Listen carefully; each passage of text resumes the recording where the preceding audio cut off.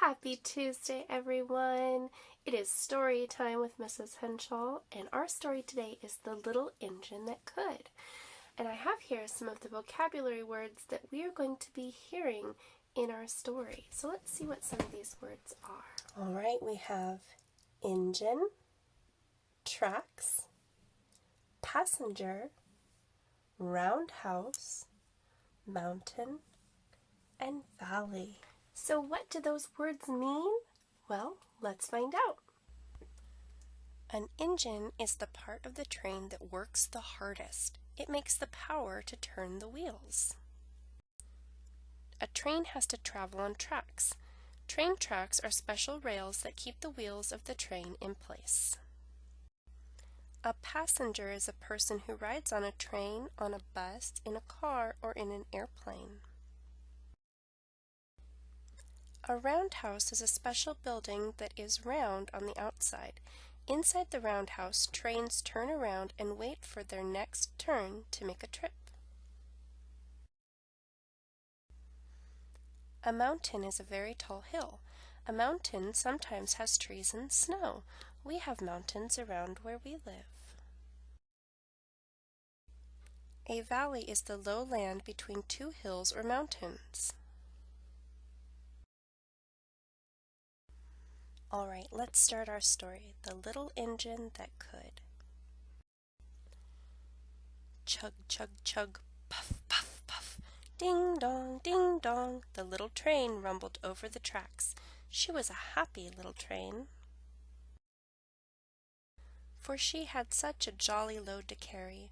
Her cars were filled full of good things for boys and girls. There were toy animals, giraffes with long necks, teddy bears with almost no necks at all, and even a baby elephant. Then there were dolls, dolls with blue eyes and yellow curls, dolls with brown eyes and brown bobbed heads, and the funniest little toy clown you ever saw.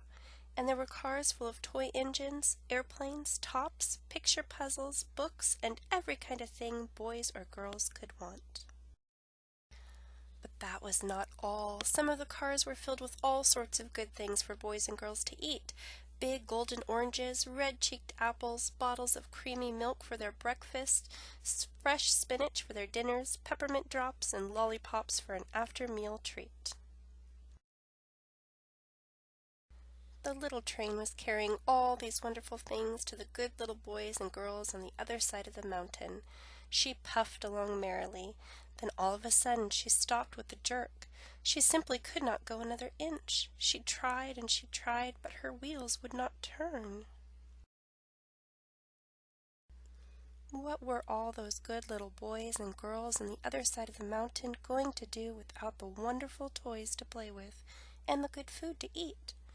"Here comes a shiny new engine," said the funny little clown, who jumped out of the train. "Let's ask him to help us." So all the dolls and toys cried out together.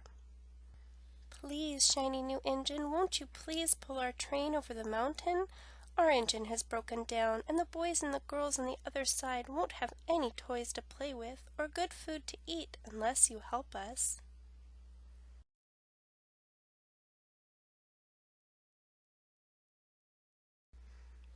But the shiny new engine snorted. "I pull you? I'm a passenger engine. I have just carried a fine big train over the mountain with more cars than you ever dreamed of. My train had sleeping cars with comfortable berths, a dining car where waiters bring whatever hungry people want to eat, and a parlor car in which people sit in soft armchairs and look out of big plated windows. I pull the likes of you? Indeed not." And off he steamed to the roundhouse, where engines live when they are not busy. How sad the little train and all the dolls and toys felt! Then the little clown called out, "The passenger engine is not the only engine in the world. Here is another engine coming, a great big strong one. Let's ask him to help us." The little toy clown waved his flag, and the big strong engine came to a stop. "Please, oh please, big engine," cried all the dolls and toys together, "won't you please pull our train over the mountain? Our engine has broken down." and the good little boys and girls on the other side won't have any toys to play with or good food to eat unless you help us." But the big, strong engine bellowed, "I'm a freight engine. I've just pulled a big train load with big machines over the mountain. These machines print books and newspapers for grown-ups to read. I'm a very important engine indeed. I won't pull the likes of you." And the freight engine puffed off.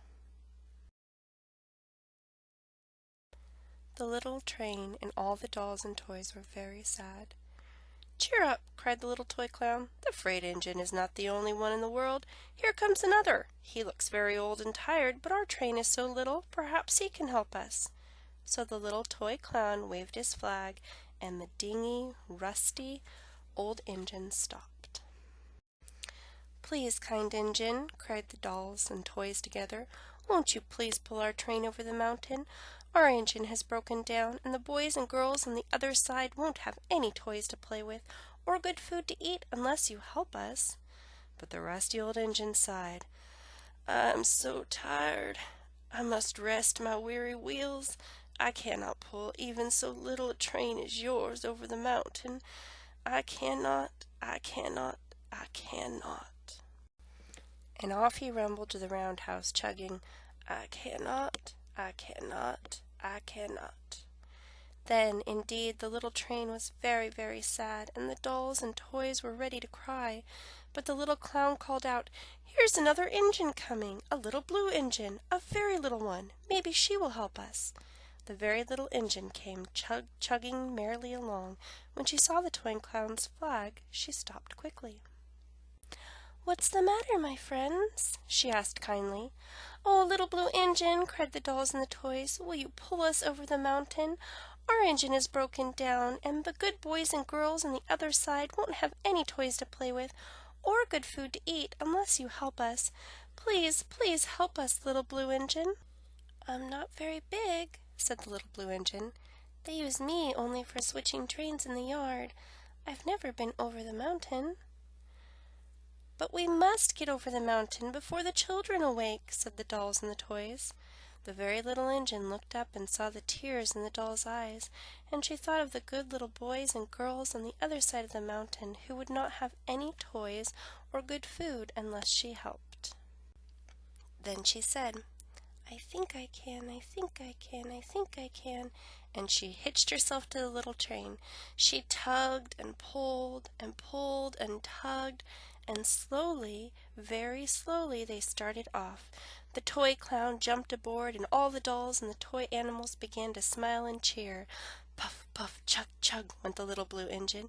"I think I can, I think I can, I think I can, I think I can, I think I can, I think I can, I think I can, I think I can." Up, up, up, faster and faster and faster and faster the little engine climbed, until at last they reached the top of the mountain. Down in the valley lay the city. "Hooray! Hooray!" cried the funny little clown and all the dolls and toys. "The good little boys and girls in the city will be happy because you helped us, kind little blue engine." And the little blue engine smiled and seemed to say as she puffed steadily down the mountain, "I thought I could, I thought I could, I thought I could, I thought I could, I thought I could, I thought I could." I hope you enjoyed that story about the little engine that could, and I will see you again on Friday for art time and then again next Tuesday. Have a great week. Bye.